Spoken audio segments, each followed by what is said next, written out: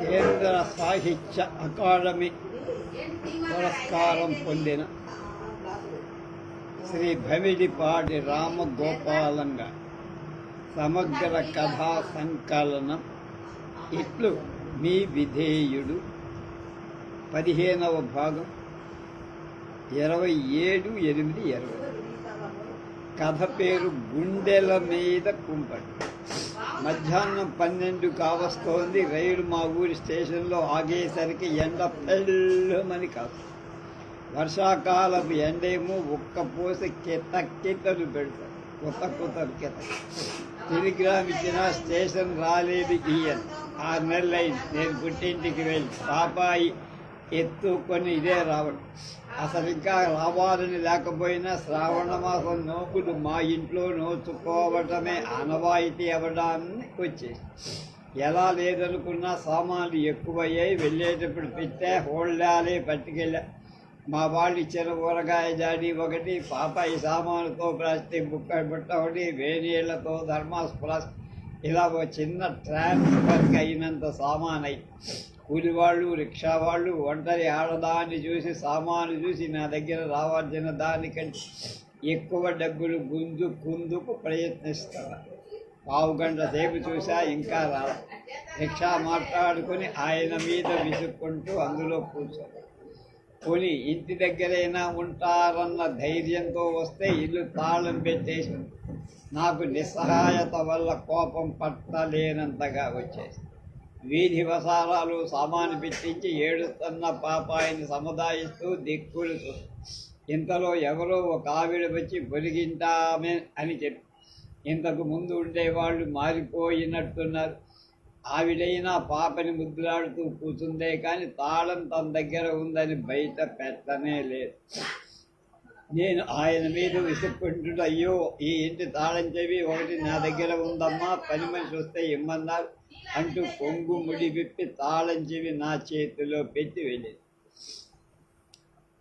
పోనీ ఎలాగో తాళం ఉంచేసరికి సంతోషిస్తూ తలుపు తీసి లోపలికి వెళ్ళా. పాపని మంచం మీద పడుకోబెట్టా. బరసాలకు వచ్చిన నాడు నువ్వు మళ్ళీ ఇంటికి వచ్చేసరికి చూసుకో, ఫస్ట్ క్లాస్ అయిన ఉయ్యాల మంచం కొని ఇంట్లో వేలగడత అని డాబులు కొట్టిన పెద్ద మనిషి. ఉయ్యాల రాలేదు, మంచం లేదు. అయితే ఆయన ధర్మవాణి. ఇల్లు మాత్రం అరణ్యంలా చెయ్యల. సామానంతా ఒక్క చేతి మీద ఇంట్లో పెట్టుకున్న. వీధి తలుపు గడియ వేసి అలా బాత్రూమ్ కేసి పెడదామని అనుకుంటారు. సార్ అని ఒక ఆడ గొంతు తలుపు తీసి చేతిలో క్యారియర్, లేకపోతే ఎవరో పొరుగమ్మ కాబోలు అనుకునేదా. హవాయి చెప్పులు, 18 రూపాయల వెరైటీ కాశ్మీర్ సిల్క్ చీర, కుడి చేతికి 2 బంగారపు గాజులు, ఎడం చేతికి దాదాపు డజన్ ఎర్రటి మట్టి గాజులు, నడుమీదికి వాయు జాకెట్టు ధరించిందామని.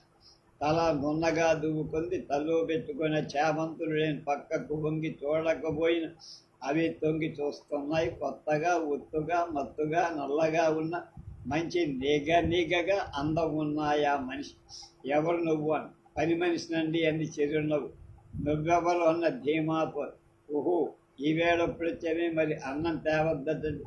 అయితే ఆ పిలిపేమిటి సార్ అంటూను అయ్యగారు మనం పిలవలేవా, మాకట్టగే అలవాటండి అని మళ్ళీ నవ్వే. ఎంత నిర్లక్ష్యం. పైగా ఆ నవ్వు నా ప్రాణాలు తోడేస్తుంది. మాకుట, అలవాటుట. నీ పేరు రంగమ్మండి, రంగు అని పిలుస్తారండి. రంగులాగానే ఉంది అని దర్జా చెరుకు చూసి నాకు దారి తప్పుకోవడం మర్చిపోయినట్టుంది. బాత్రూమ్ కేసి పెడదామనుకున్నది మర్చిపోయి అలాగే నిలబడి. 6 నెలలా అండి అంది మళ్ళీ ఆ మనిషి.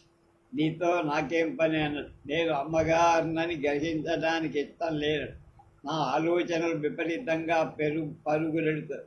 దానికి జవాబు చెప్పకుండా లోనికి వెళ్ళా. దీంతో పేచీ వెళ్ళకుండా అంటు తోవించుకొని ఇల్లు తొడిపించుకోగలిస్తే నేను భారత ప్రభుత్వంలో ఏదైనా ఉన్నతోద్యోగం సంపాదించగలననిపిస్తాను. ఏది ఎలా ఉన్నా ఇప్పుడు ఆ క్యారియర్లో ఉన్న అన్నం తినాలి కాబో.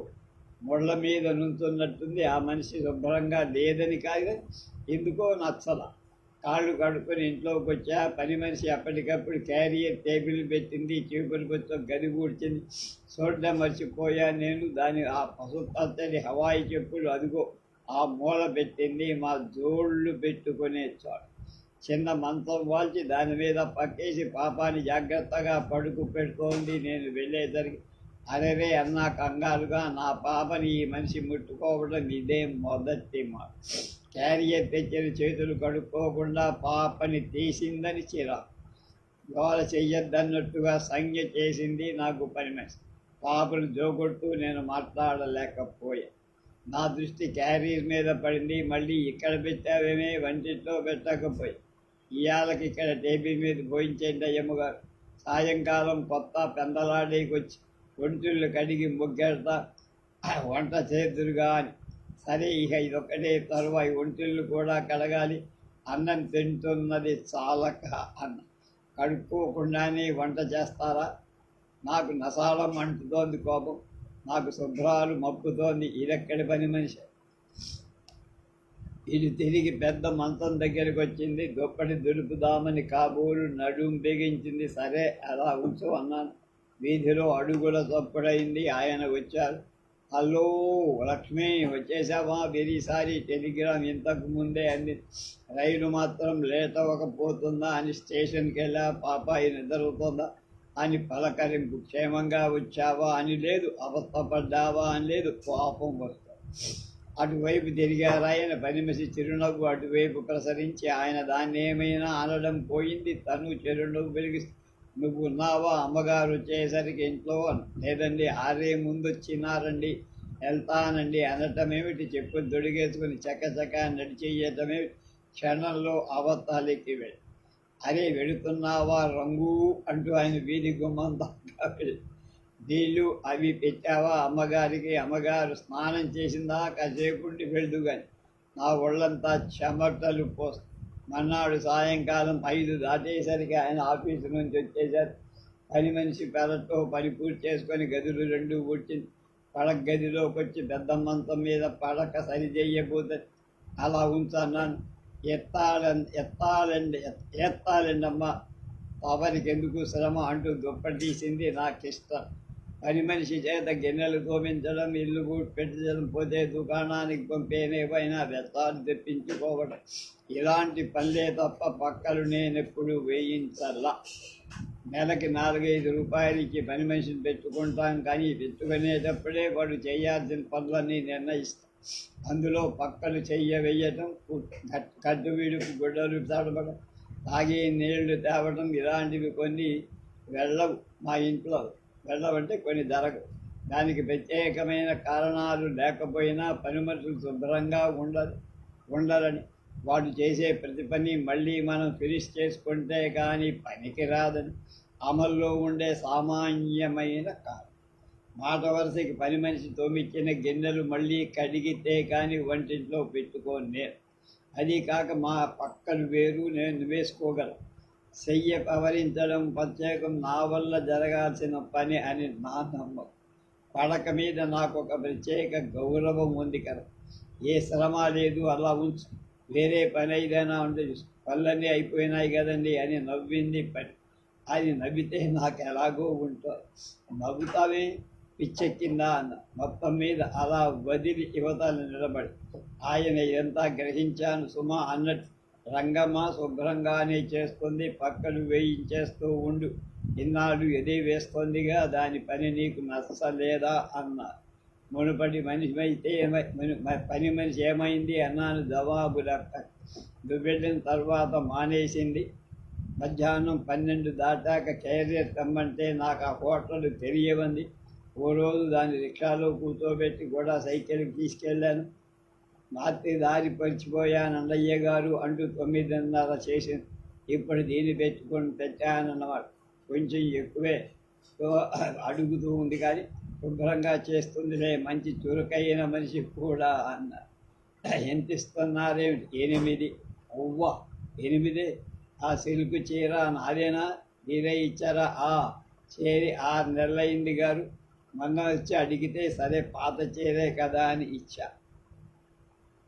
ఎంత బాగుందండి, ఇంతోటి పనికి నెలకు 8 రూపాయలు కాక సిల్క్ చీరలు కూడానా? ఇంతకీ ఏమిటి పని? మహా పొద్దునే వస్తుంది, స్నానానికి నీళ్లు కాచడం, తోడటం, మంచినీళ్లు తేవడం, రాత్రి తిన్న క్యారియర్ కడగటం, ఇల్లు ఓడ్చడం, మధ్యాహ్నం నేను వచ్చేసరికి శారీ తెచ్చి మరీ తోమటానికి వంట గిన్నెలు ఏమైనా లేకుండా 8 రూపాయలు ఏమిటండి? ఇదివరకు పని మనిషి 5గా ఇచ్చాం. ఆ కండిషన్ మీదే అపాయింట్ చేశా. నువ్వు వస్తే వంట గిన్నెలు తోముతాను. ఎంత పనైనా పొద్దుటే ఒక్క పూట పనికి తిమరదా? పొద్దుటేమి సాయంకాలం మాత్రం 5 దాకా వచ్చే మధ్యాహ్నం తిన్న క్యారియర్ కాడడం, హోటల్కి వెళ్ళి భోజనం తేవడం అంటూ చదువుతున్నారా? పక్క వెయ్యటం అన్నాను నేను ఒళ్ళు మరి పక్క వేయొద్దుటే నేను వేసుకుంటానే ఏమిటి? లేకపోతే చాలండి, పక్కలు అవి వెయ్యక్కల నేనే వేసుకుంటా. ఇంకా నయం ఆ తరువాత మాట అనలేదు నేను. సరే నీ ఇష్టం, నాకేం పోయింది? అంతా ఇంత పని లేదని నన్ను దెప్పి పొడిచి దాని ఊరికే కూర్చోబెట్టి 8 రూపాయలు ఇచ్చేస్తున్నట్టున్నావు అని అవతలకి పక్క నిలిపించాను. 2 గలీకులు మాసినట్టుంటేను మార్చి ఇంకోటి తొడుగుదామని వంగా. మంచానికి గోడకి మధ్య దుమ్ము పేరుకొని ఉంది. ఏమిటి దీని శుభ్రం అని వెటకారంగా అనుకుంటూ చీపురు తెచ్చి మంచాన్ని కొద్దిగా అవతలకిలా మూల నుంచి మొదలుపెట్టి తొడగబగిరి. అక్కడేవో గాజు పెంకులు కాదు, చేతి గాజుల ముక్కలు. 6 నెలల నాడెప్పుడో నా చేతివి పగిలాయి. కాబోలు ఇంకా అలాగే ఉన్నాయి. శుభ్రం అనుకోవడమే కానీ పని మనిషి శుభ్రమేమిటి? నా ముఖం అంతా రంగు పైపూత తుడుస్తున్నాను. వెలుగులో పడ్డాయి గాజు ముక్క. ఏమని చెప్పను? అవి నా చేతి గాజు ముక్కలు కావు. అయ్యో అని ఆ పని మనిషి చేతి నేను చూస్తున్న ఎర్రటి గాజు ముక్క. ఛీ, నా మనసులో తుపాకులు పేలుతున్నాయి. పడక గదిలో మా ఆయన పడుకునే మంచం సందున అలాంటి గాజు ముక్క ఆ మనిషివి, ఆ రంగువి ఉండడమా? దీని అర్థమేమి? చేతిలో చీపిరి కట్ట జారిపోయి వారం వరకు చీపులతో తరుముకొచ్చిన దుమ్ము, అందులోంచి ఎర్రగా మెరుస్తున్న గాజు ముక్కలు నన్ను వెక్కిరేస్తున్నాయి. అవి ఎత్తి అవతల పారబొయ్యటానికి చేతులు రావటం లేదు. ఏవో చెప్పరాని ఆలోచనతో మనసంతా మలినమైపోతాం. కోపంతో ఒళ్ళంతా చెమటలు పోస్తాం. 5 నిమిషాలైంది. చేసుకోవాల్సిన పని చూసుకొని పోగుతున్న ఉద్వేగాన్ని అణుచుకొని కొంచెం తేరుకొని బట్టల పెట్టే తెరిచి 2 గలీగులు ఒకటి తీసి మళ్ళా మంచం దగ్గరికి వచ్చా. మాసిన గలీగు విప్పుతున్నా ఏమిటో కానీ ముడి గూడొచ్చిన తాళ్ళు వేరైనట్టుగా పట్టుకున్నా. ఏమిటా అని గట్టిగా ఒక వెంట్రుక తెగి 2 బుక్కలు 2 నా చేతుల్లో. అప్రయత్నంగా వెంట్రుక పొడుగుని పరిశీలిస్తా. అది పొడుగాటిది, నాది అంత పొడవైన జడక. అది ఎవరి తల్లోది అయింది ఊహించటానికి నాకు అట్టే సేపట్ట. నాకు నిస్సత్వం వచ్చింది. అలాగే చతికెళ్ళబడిపోయాను. ఏడుపొచ్చారు. 4 రోజులైంది. మర్నాటికి పేరంటానికి నలుగురిని పిలవటానికి వెళ్ళి 6 గంటలు దాటాక ఇంటికొచ్చా. తలుపు కొట్టా. ఎంతసేపటికి తీయల. మా ఆయన దబదబా కొట్టడం, కాసేపు నుంచోవడం, ఇలా 10 నిమిషాలకు పైగా అయ్యాక తలుపు. ఎంతసేపు అయింది వచ్చి? పెరట్లో ఉన్నాను. ఎంతసేపు ఏమిటి? అరగంట అయినట్టుంది. ఇంతసేపు ఉండి ఎంత పెరట్లోనైనా బ్రహ్మదేవుడి పెద్దన్న ఇలా అన్నాను విసుక్కుండా. కుంకం భరిన పట్టు రుమాలు చేతిలో పెడదామని పడక గదిలోకి వెళ్ళి ఈ వేళప్పుడు అగరొత్తుల వాసన వేస్తోందేమా అని ఆశ్చర్యపడి ఆయన పిలవటాలన్నీ అయినట్టేనా అని ఏదో పరామర్శిస్తూ లోపలికి రాబోయారు. అవతలండి అని తలుపు గడియేశా. సాదా చీర ఒకటి తీసి కట్టా. కింద పడ్డ పట్టు చీర తీసి మడత పెట్టుకుంటూ ఉండగా మంచం కింద తలవైపున పడి ఉన్న 2 చేమంతి పువ్వులు నా దృష్టి నాకేసి అప్రయత్నంగా నా మనసు ఆలోచనలో తేలిపోయి. చేమంతులు నేను పెట్టుకున్నా కానీ నా తల్లోవి రాలటానికి వీలేదే. దండగుచ్చుకొనేలోగా పడ్డాయా ఏమో. అవి ఎవరి తల్లోవి? నా ఆలోకించడానికి భయం వేస్తుంది. ఈయన తలుపు తీయటానికి ఇంత ఆలస్యమైందేమి? ఈ చేమంతులకి, ఈ అగరత్తులకి, ఈ ఆలస్యానికి కారణం ఏమైనా ఉందా? గబగబా తలుపు తీసి అవతలకి వెళ్ళి ఇటు అటు చూస్తూ రోడ్డు మీద అనుమానించతగ్గ వ్యక్తి ఎవరు కనపడ. రమా, అర్థం లేని అనుమానమా? సందు తిరిగి వెళ్ళిపోయిందేమో. తడదలా కొట్టుకుంటోంది గుండె. కోపం, అసహ్యం, అసూయ నన్ను వెర్రెక్కించేస్తుంది. ఆయన్ని అడగటానికి అనేక ప్రశ్నలు మస్తిష్కంలో తయారై నాట్యం. ఆయన నాకేసి వెర్రిగా చూస్తున్నారప్పుడే. ఏమి లక్ష్మి, టైం ఎంత అయిందండి అన్నాను గబుక్కున. 6. ఈ పని మనిషి ఇంకా వచ్చినట్టు లేదు. షోకులు ఇదిను అని దొంగతాటుగా ఆయన వైపు. ఆయన నిర్లక్ష్యంగా పని మనిషి తాను వచ్చింది వెళ్ళను వెళ్ళింది అన్న. ఎంతసేపు అయింది? అబ్బో చాలాసేపు అయింది అని క్షణం ఆలోచించి, నువ్వు వెళ్ళిన 10 నిమిషాలకి వచ్చిన 10 నిమిషాలకు వెళ్ళిందన్న. అబద్ధాలాడుతున్నారు. రంకు నేర్చింది బొంకు నేరుస్తుందని సామ్యం నిజం చేస్తున్నారు. తెలుస్తూనే ఉందనిపించేది. కాళ్ళు చేతులు కడుక్కొని వంటింట్లోకి వెళ్ళి అగ్గిపెట్టె కోసం చూశారు. లేదు. అగరొత్తులు వెలిగించారుగా. గదిలో ఉండేమో అని చూద్దామని నా వెనకాలే పెరటిలోకి వచ్చి మళ్ళీ నా వెనకాలే గదిలోకి వచ్చి నా చర్యలు భావాలు గమనించి నేను ఆయన్ని అనుమానిస్తున్నానో లేదో తెలుసుకోవాలని కాదు. డ్రెస్సింగ్ టేబుల్ మీద ఉంది అగ్గిపెట్టె.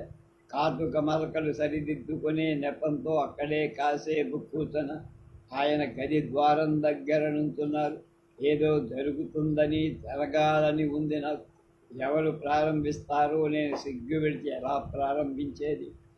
అద్దంలో చూసుకున్న ఒళ్ళు పోసుకొని రావడం. ఎండలు నన్ను కాల్చేశాయి, బొగ్గలు తీసేశాయి. పై పదవి పైకి లేచినట్టయిపోయి పళ్ళు కనిపిస్తాయని బెదిరిస్తున్నాయి. జ్యోతిల్లా వెలిగే కళ్ళు తెలుపు పడి తాటి కన్నుల్లా ఉన్నాయి. మరీ ఇవాళ 2 గంటల సేపు తిరిగి రావడం. రాగానే ఆ పని మనిషితో ఆయన జరిపిన అనుమానుష అన్యాయ చర్య తెలియడం. ఈ 4 రోజుల నుంచి నేను పడుతున్న బాధ బయటికి తెచ్చే బల్లేలతో పొడుస్తున్నట్టు. 6 నెలలు నేను లేకపోయేసరికి ఎంత పనిచేశాడు ఈయన. ఎంత సిగ్గుమాలిన పని. ఎవరితో చెప్పుకోను, ఏమని చెప్పు. ఆ పని మనిషి రంగుట. దాని పేరు రంగు. మెరిసేదంతా మేలిమి కాదని, రంగొచ్చిందంతా బంగారం కాదని ఎప్పటికి తెలుస్తుందో ఈ మగాడు. ఆ మనిషి నాకంటే అందంగా ఉందా? ఏమో. బాగుండటం అంటే ఏమి? బాగుండటం అనే మాటకి ఎవరర్థం కాదు. ఆ వలచిన్ని రంభ అన్నారు అందుకు. నా సంసారంలో చిచ్చు పెట్టడానికి ఆ రంగులేని రంభ ఎక్కడ దాపురించిందో ఈయనకి ఏ బుద్ధేమైపోయింది. నేనంటే ప్రాణం వదిలేస్తానన్నట్లుగా ఉండే ఈయన దానిలో ఎలా పడ్డారో. మళ్ళీ నన్ను మన పట్ల చూసుకుంటారా? నేను ఆయన్ని ఆకర్షించగలనా? నాకేమిటిదా? పని మనిషిని మార్చేస్తే ఎవరైనా ముసల్దాన్ని వెతికి తెచ్చి పెట్టుకుంటే బాగుండు. ఈ పని మనిషి గుండెల మీద కుంపటిలా నా సంసారంలో ప్రవేశించిన మొగుడు ముద్దులు లేనట్టుంది. ఆ చెప్పులు, సిల్కు చీరలు, బంగారపు గాజులు, దాని షోకు. పని మనిషి లక్షణాలు వెతికినా లేవు. జమీందారు లక్షణాలతో డబ్బు ఎలా వస్తుందో దానికి వీటన్నిటికి డబ్బు కూడా ఇస్తున్నారేమో ఈయన. సేవింగ్స్ బ్యాంక్ అకౌంట్ చూడాలి. ఎంత సిగ్గులేని పని. పెద్ద పరువుగా ఉద్యోగం చేసుకుంటూ కూడా ఇలాంటి నీచమైన పని చెయ్యటానికి ఆయన మనసు ఎలా ఉట్టిందో. నేను వచ్చి 4-5 రోజులైంది కదా. పోనీ నేను లేనప్పుడేదో మనసు సరిలేక ఏదో పొరపాటు చేశారనుకుంటే, నేనుండగానే నేను అలా పేరంటానికి వెళ్ళగానే ఇక్కడ ఈ బాగు. ఎంత అసహ్యకర పని. ఎంతైనా తెగించారన్నమాట. ఈయన ముఖం తువ్వాలు తుడుచుకొని అద్దంలోకి చూస్తే అందులో నా వైపు చూసి నవ్వుతున్నారు. అది తప్పించుకుందామని దృష్టి ఇటు మళ్ళించి అక్కడ ఆయన. ఆ నవ్వే. చూసుకున్నావా? నీ అందం చూసావా? నీకన్నా అది ఎంత అందమైందో. ఇప్పుడేమంటావు? అడిగిందా నీ పొగరు అన్నట్టుందా? సిగ్గులేని ముఖానికి నవ్వే సింగారం అని శ్రీరామ రక్షని. ఆ నవ్వుకి బదులునే నవ్వుతానా? సులుగ్గా ముఖం ఇంకోవైపుకు తిప్పేసుకొని నా ముఖంలో అసహ్యం ఆయన కనబడే ఉండాలి. పాడే. చాలా బాగున్నావు లక్ష్మి నువ్వు ఇవాళ అన్న. మాట్లాడు, నన్ను పొంగియటానికి ఎలా అన్నారు? అంత మాత్రంలో జరుగుతున్నదంతా మర్చిపోతాను కాబోలు అని ఆయన అంటూ, ఎలాగో అయిపోతావని పోయాను సుమా అంటూ దగ్గరకొచ్చాడు. నేను ఎలా అయిపోతే నీకేమిటి అని విసిరి కొట్టా. మళ్ళీ నవ్వా. కోపం వస్తే ఇంకా బాగుంటావు సుమా. ఎంతమంది పురుషులు ఎంతమంది స్త్రీలలో అన్నారో అమ్మ. ఈ అర్థం లేని మాట కోసం వస్తే ఇంకా బాగుండడం. అసలు ఈయనే ఎంతమందితో అన్నారు. నిజం బట్టు శ్రావణ లక్ష్మిగా ఉన్నావు అంటూ నడుం చుట్టూ చేతులు వేశారు. నిండా అరగంట కాలే. ఆ చేతులతోటే ఆ పని మనిషిని రామరామ నాకు ముళ్ళ కంచె గుర్తుకున్నట్టుంది. కానీ ప్రియ పురుష స్పర్శత లేదు. ఆ మనిషి మా ఇద్దరి మధ్య ఎంత దూరం సృష్టించకపోతే ఆయన చేతుల్ని ఇంత వెంటనే తొలగించగలిగా. ఆ చేతుల్లో పరవశం పొందే నా హక్కు పోగొట్టేస్తున్న పాపాత్మురాలు, దుర్మార్గురాలు రంగమ్మ నవ్వుతో. మళ్ళీ ఏమీ ఎరగనట్టే దాని నవ్వులను సవాల్ చేస్తున్నట్టే ఉంటారు. చూసావా నా తడాక? ఆయన చిరునవ్వుతో మళ్ళీ నన్ను పొదివి పట్టా. ఎడం చెయ్యి నా వేపీద ఒడియెత్తో గడ్డం వెతుతా. కనీయమైన కోరికే విపరీతమైన అసహ్యం నేనంటే నాలో విజృంభించి యుద్ధం చేసుకుని నేను నీరసపడిపోతున్నా. నా పలవాలి లేవండి, నేను వంట చేసుకోవాలంటూ విడిపించుకొని ఇంకా ఒంట్లో సరిగా ఉండటం లేదా అని లాదిస్తూ అడిగి విడిచిపెట్టారని అంతా నటన, నిర్లక్ష్యం. భగవంతుడా, నాకు ఈ కాన్పొకటి సృష్టించి పుట్టింటికి పంపించే ఏర్పాటు చేసి ఇంత అన్యాయం చేశావా? ఈ ఊళ్ళో ఆసుపత్రులు లేనట్టు అక్కడికి ఎందుకు వెళ్ళా? తెలివి తక్కువ దద్దమ్మ.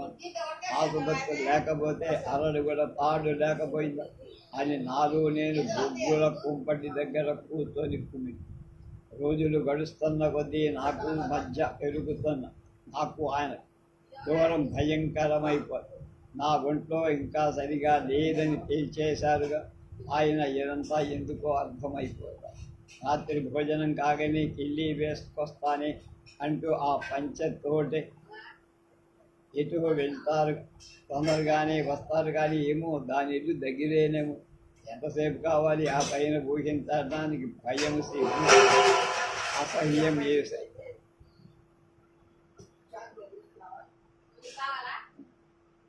రాత్రిళ్ళు చాలాసేపటి వరకు నిద్ర రావటం, పాపాయి పక్కన పడుకోవడం కొత్త అలవాటు.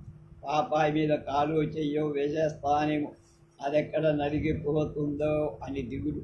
పైగా మంచం మరీ చిన్నదిగా ఉండటం. పెద్ద మంచం మీద చాలా ఖాళీ ఉంటుంది, కానీ సమయానికి అభిజాత్యము, అసహ్యము ప్రాణాంతకంగా ఆవేశిస్తారు. యథాలాపంగా ఆయన స్పర్శ తగిలిస్తే ఉక్కిరికి పడతారు. పవిత్రమైన ఆ స్పర్శ ఇప్పుడేమైపోయింది? ఇలాగో కళ్ళు మూసుకుంటే ఏ కల్లోనైనా కనిపిస్తుంది ఆ రంగు. దాని వికటాట్టహాసంతో, హేళన పూర్వ సంభాషణతో నా మనస్సు ప్రతిధ్వనించి బీభత్సమైపోయింది. వారం రోజులైపోయింది.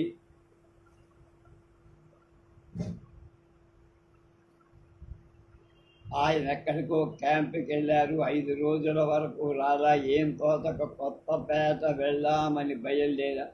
ఎక్కడో ఊరికి అవతల చివరన ఉందని. మామూలుగా వెళ్ళటమే పడదు. మా మేనమామ కూతురు గారిల్లు వెతుక్కుంటూ రిక్షాలో వెళ్ళారు. 4 నెలల క్రితమే వాళ్ళు ఈ ఊరు ట్రాన్స్ఫర్ అయి వచ్చారు.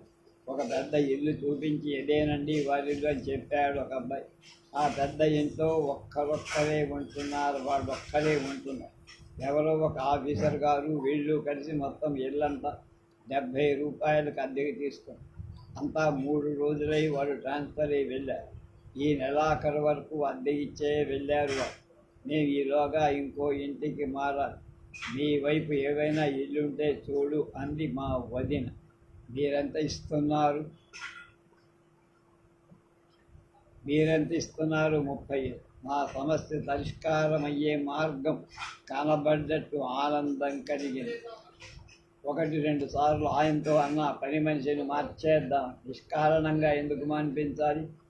పని శుభ్రంగానే చేస్తోందంటావు. అసహ్యంగా రావటంలో దొంగతనం ఎరగదంటావు. చురుకైంది అని ఒప్పుకున్నావు. పోనీ నగాలు తెచ్చేస్తాం లేదు. ఎందుకు మార్చాలి? ఇంత చేస్తే బాబాయి కూడా అలవాటైపోయి అది వస్తే ఊరుకోవడం, అది తీసుకెళ్తే ఏడవకపోవడం కూడా తెలిసాయి కదా. ఉట్టి పుణ్యాన్ని నీ దాని నోటి దగ్గర అన్నం ఎందుకు పడగొట్టాలి అన్న అన్నీ నిజమే, పైకి చెప్పదగ్గర కారణం లేదు. కానీ నేను వాళ్ళిద్దరి మధ్య ఉన్న కలుషిత బాంధవ్యాన్ని క్షమించలేను, మార్చలేను, రుజువు చెయ్యలేను. వాడు ఏమాత్రం అజాగ్రత్తగా ప్రవర్తించడం లేదు. కానీ నేను కలుగు చేసుకుని ఏదో ఒకటి చెయ్యకపోతే దీనికి అంతూ దరి ఉండదు.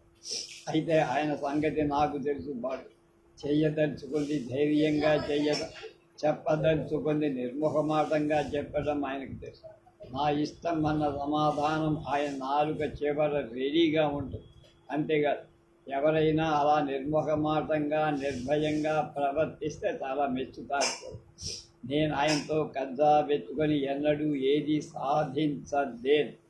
దేని మాట ఎలా ఉన్నా ఈ విషయం అసలే నిజమే. నీకు గనక గ్రహించడానికైనా ఇన్నాళ్ళు పట్టే. నా ఇష్టం ఏం చేస్తావు?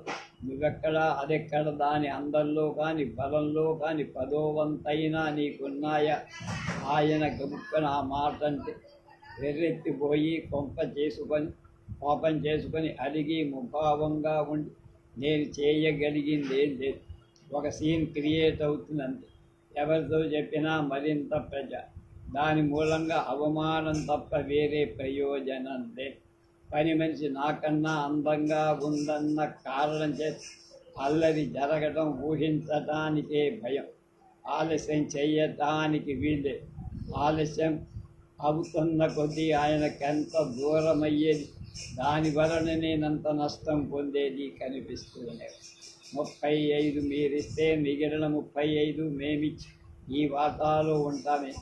ఎంతగా ఇద్దరం కలిసి ఉందాం, మీరు ఇల్లు మార్చకండి అని చెప్పాను. ఆ సాయంత్రం దగ్గరుండి ఇల్లు వాళ్ళు పరిమితి చేత కడిగించేసి మర్నాడు ఆఫీసు కబురు చేసి జవాన్ సాయంతో ఇల్లు మార్చేశాను. మా బుద్ధిని ఆశ్చర్యపడి, అదేమిటే మీ ఆయన్ని అడుక్కుండా నేను? మా ఆయన సంగతి నీకు తెలియదన్న. ఆ ఇంటికి రంగమ్మ ఇల్లు చాలా దూరం. 8 రూపాయల కోసం ఆశించి అది పనికి ఇంత దూరం రాదు. కిళ్ళి వేసుకొస్తాని అని ఆయన వెళ్ళి రాగల దూరం కాదు. పైగా మా ఇల్లు దానిల్లు ఒక పేటలో ఉంటే ఆయన దానింటి దగ్గర దిగినప్పుడే తప్పు పట్టు.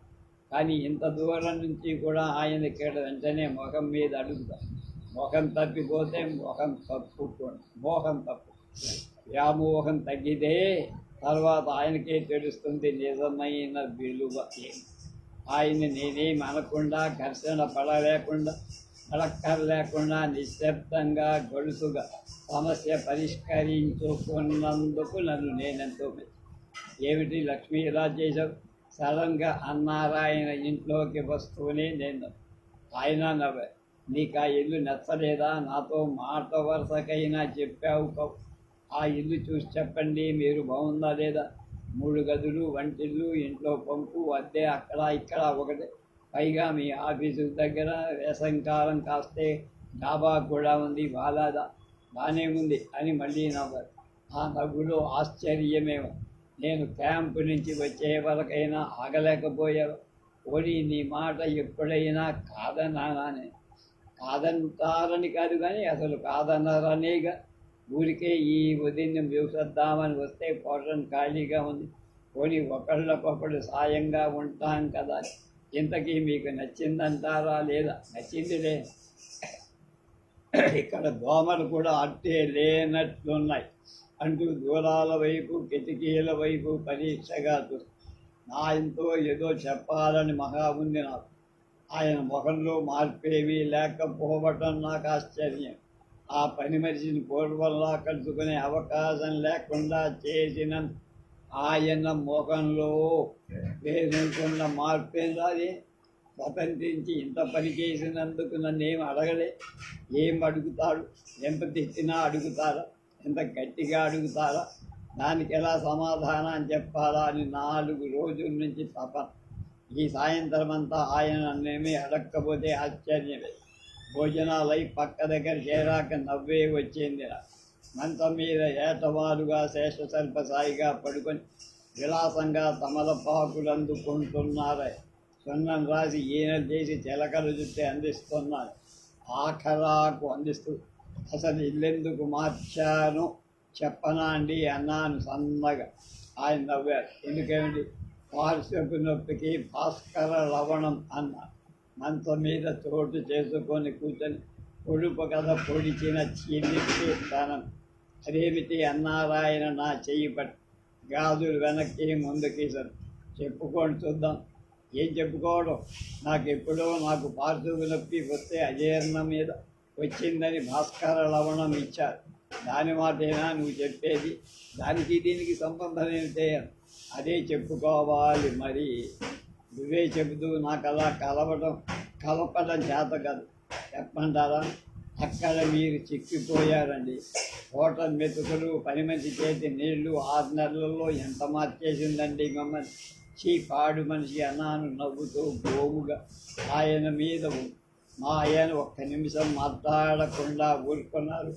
నేను ఊరుకున్నా. ఆయన లేచారు. కిటికీలోంచి తమలపాకుల పిప్పు మేసి లైట్ ఆఫ్ చేసి మంచం మీద అర్థం లేని అనుమానమే పడ్డావు, కానీ తెలివితేటలేమి ఉపయోగించావు. నేను ఎలాంటి వాణ్ణో తెలుసుకోలేకపోయావన్నమాట.